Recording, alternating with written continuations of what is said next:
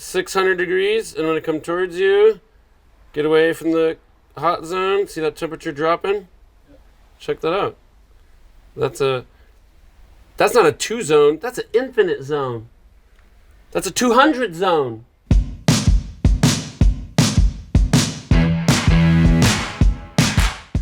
We've done so much grilling and barbecue at ChefSteps, and we've shown 2-zone grilling, but we've never quite talked about it directly in one video.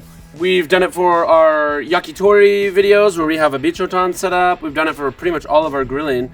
But I want to walk you through what is 2-zone, why does it matter? One of the hardest things about grilling and cooking over open fire, open heat, charcoal, is managing heat, right? Managing temperature and heat is really tricky. 2-zone cooking works like this.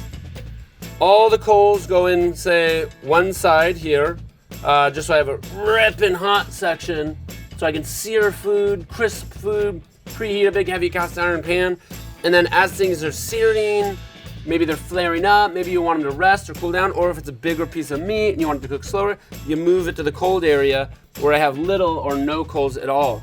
And the other side of that too is as I'm working, my station over here is a lot cooler. So you can put all your coals on one side, they're just gonna be ripping hot, it's for searing, it's for quick cooking, thin things, crisping, sizzling, and then you have a colder section, you can move things out of a fire, out of flare-ups, or just for resting or slow cooking. And then, I got a tray or a working surface over here that's not super hot. Really straightforward stuff, not enough people do it. Let's get into it. Here's the thing. Chimney, not a lot of folks use these. Big one, little one. You can use them, little bit of coals, big amount of coals. You see on ChefSteps, we've actually used these as a grill. You can cook a steak right on top of these things. It gets like zillion degrees. So I'm gonna get some coals going. Starts off with some paper. I'm gonna put my hot coals on this side of the grill. So I'm gonna start my chimney on this side of the grill. Here's what I do. Whoop, right there.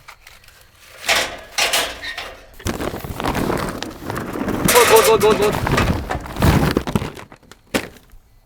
We're ready to cook. Here we go. Ta-da! That's it. Now I just walk away. I know, it's so easy. See you in 10 minutes. We've had our briquettes going in our chimney for 10 to 15 minutes, depending on your batch size. And I'm looking for you can see in these little holes, red, right up to the top layer. And just the top layer's barely kind of going right now. You can wait till the top's all the way done, but I'm gonna dump them in the grill and they're gonna keep going anyways for a while. I'm not gonna put food right on it, so I wanna maximize how much energy I have left to cook with. Get some of these ashes, so they're gonna dump on my toes.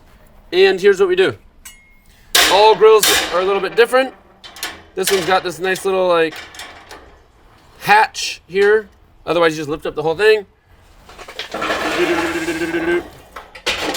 I like a tool like this, a little rake.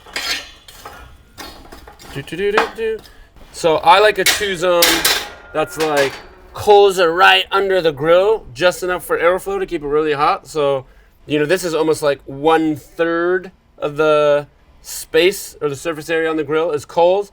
Then it starts to cool off down here. And that doesn't mean that it's ice cold over here. You can still cook a nice piece of meat over here once the grill's going. Here's what I'm gonna do. I'm gonna lay these on the 2-zone and we'll see where the heat really is, okay? Ah! Da, da, da, da, da. It works. See how hot that is? That paper's gone. It's not even there anymore. Look at this one. He just has a little bit of oil stains in him.